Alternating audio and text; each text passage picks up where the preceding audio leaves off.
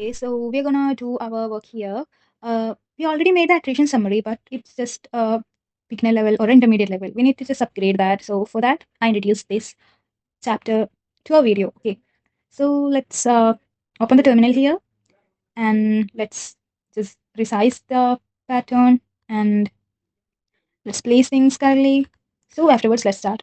So what happened here? We reassigned the location and we are going to start. Okay. All right. So in the previous parts, we worked on HR attrition using SQL and Tableau, but that was mostly surface level. Okay. So we were looking at what is happening, not why it is happening. Okay.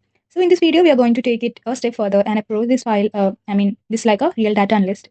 Okay. Instead of running random queries, we will build a structured analysis to understand who is at risk and whether the compensation is fair or how workload and managers affect attrition, and finally, what action a company should take. Okay, so these are the things we are looking under HR attrition file. I will definitely going to give the link. Okay, the IBM HR attrition dataset. Okay, you can also find it in the Chrome. Okay, in Kaggle. So let's start by defining what at risk actually means. So we are talking about at risk, and what the first step?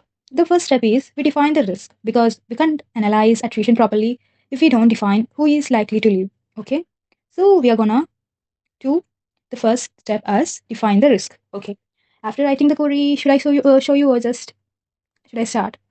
Okay, so if I write these queries and show you, you may get bored. So because of that, we are just running a bit fast than the last videos. Okay, so for that, we first of all need to call our duckdb. Okay, so let's call duckdb. Now our duckdb is in live, and let's see the data set. We do want to select something. Select stuff from the file name. Okay, file name is here. It's our attrition file. Let's copy that. Actually, so first of all, we need to do this step. Okay, it's our attrition dataset. This is our CSV file name. Just copy it because don't make errors. Okay. So first of all, we select stuff from the CSV file name in double quotes. Okay. Then limit 5 and run. We will get the columns, all this. Okay. Now we're going to create a table. We are going to create some table. Last time we name it as HR data. So let's say HR data itself. So let's create a table as create table HR data and use as, let's add select star from. Okay, now the table is created.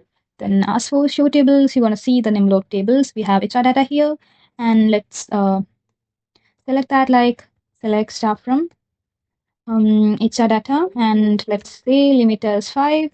Yeah, we get so many things just like the above. We created the data as HR data. Now our initial step starts. Okay, so we are going to define risk.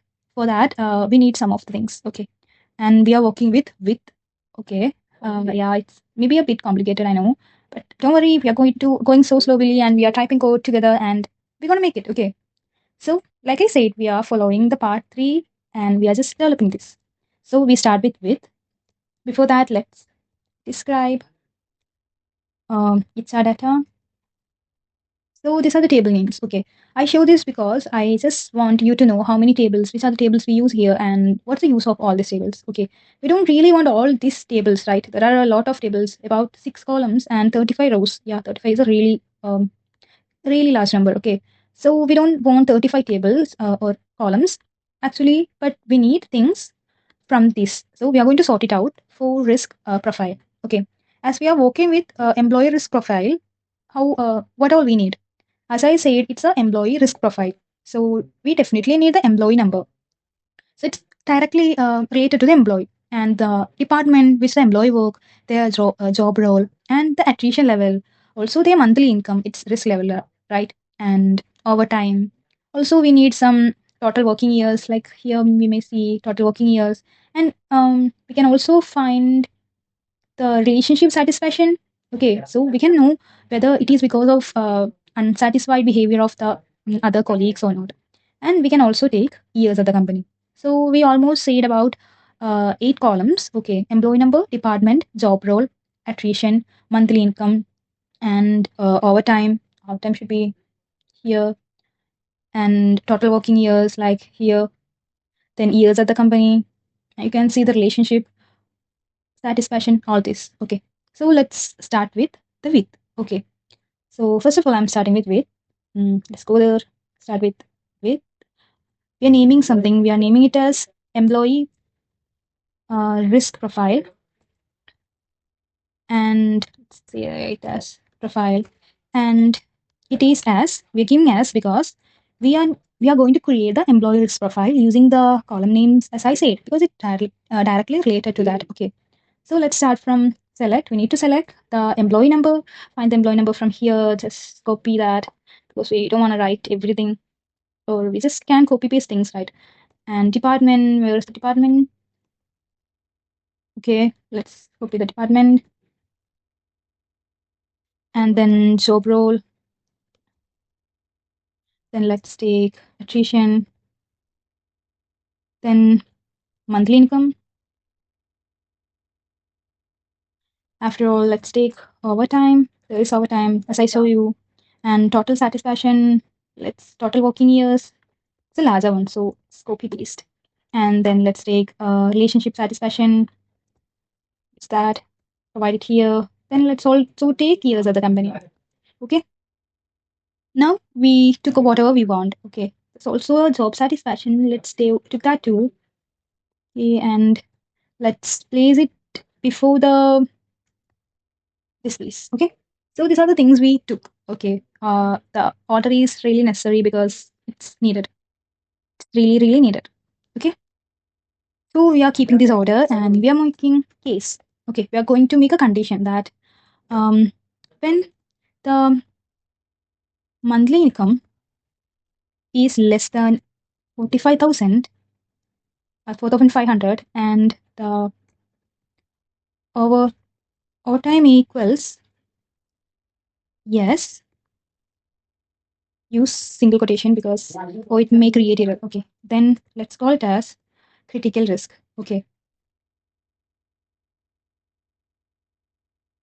so what did we say? We say that if the monthly income, okay, if the monthly income is lower than 45,000 and there is an overtime, then the it's at critical risk. Like, yeah, he is working with a lower pay scale and he need to work for longer time. That's definitely gonna exhaust a person. Now let's talk about the job satisfaction. Okay, there is 1 to 5 maybe or 0 to 5. So let's go through that and let's use when another condition. Okay, we are starting with another condition that is when the job satisfaction is less than 2. Yes, then what happened? Then the onboarding risk is then the relationship. Let's add and sorry, and then the relationship satisfaction also less than or equal to 2. Then cultural risk. Okay, so let's add relationship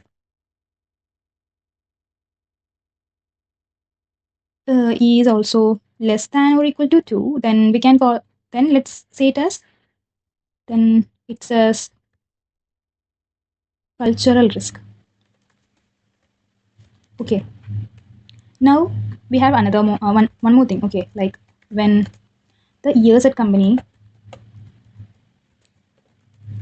is less than 2, then onboarding risk.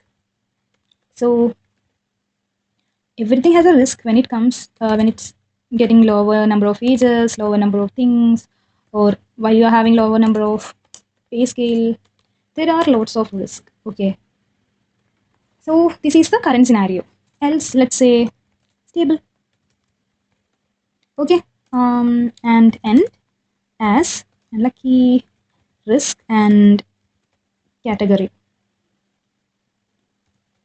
Okay, so we need to end it as risk category from HR data. Okay, let's close it and select star from the name of our table, that is employee risk profile.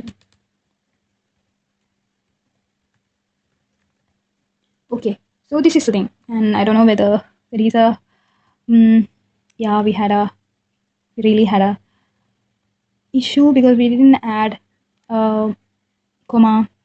Punctuation marks are really necessary because we are working with SQL. So we get this. Okay, so the department, the job role, everything is here, and you can see the sales.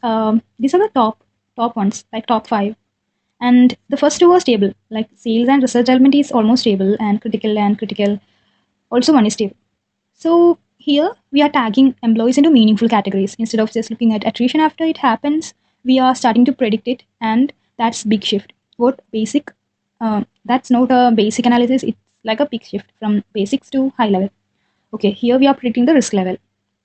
Now that we know who is at risk, and let's check if the compensation is actually the issue. Okay, and we done with the risk level. We got almost 5 entries, and we can also get this limit to 30 maybe. I don't know will 30 work or not. Midtone is setting to 30 is not possible. That's okay. Let's just select that and let's run this. 30 is not coming. Actually, let's see it says 5 or something.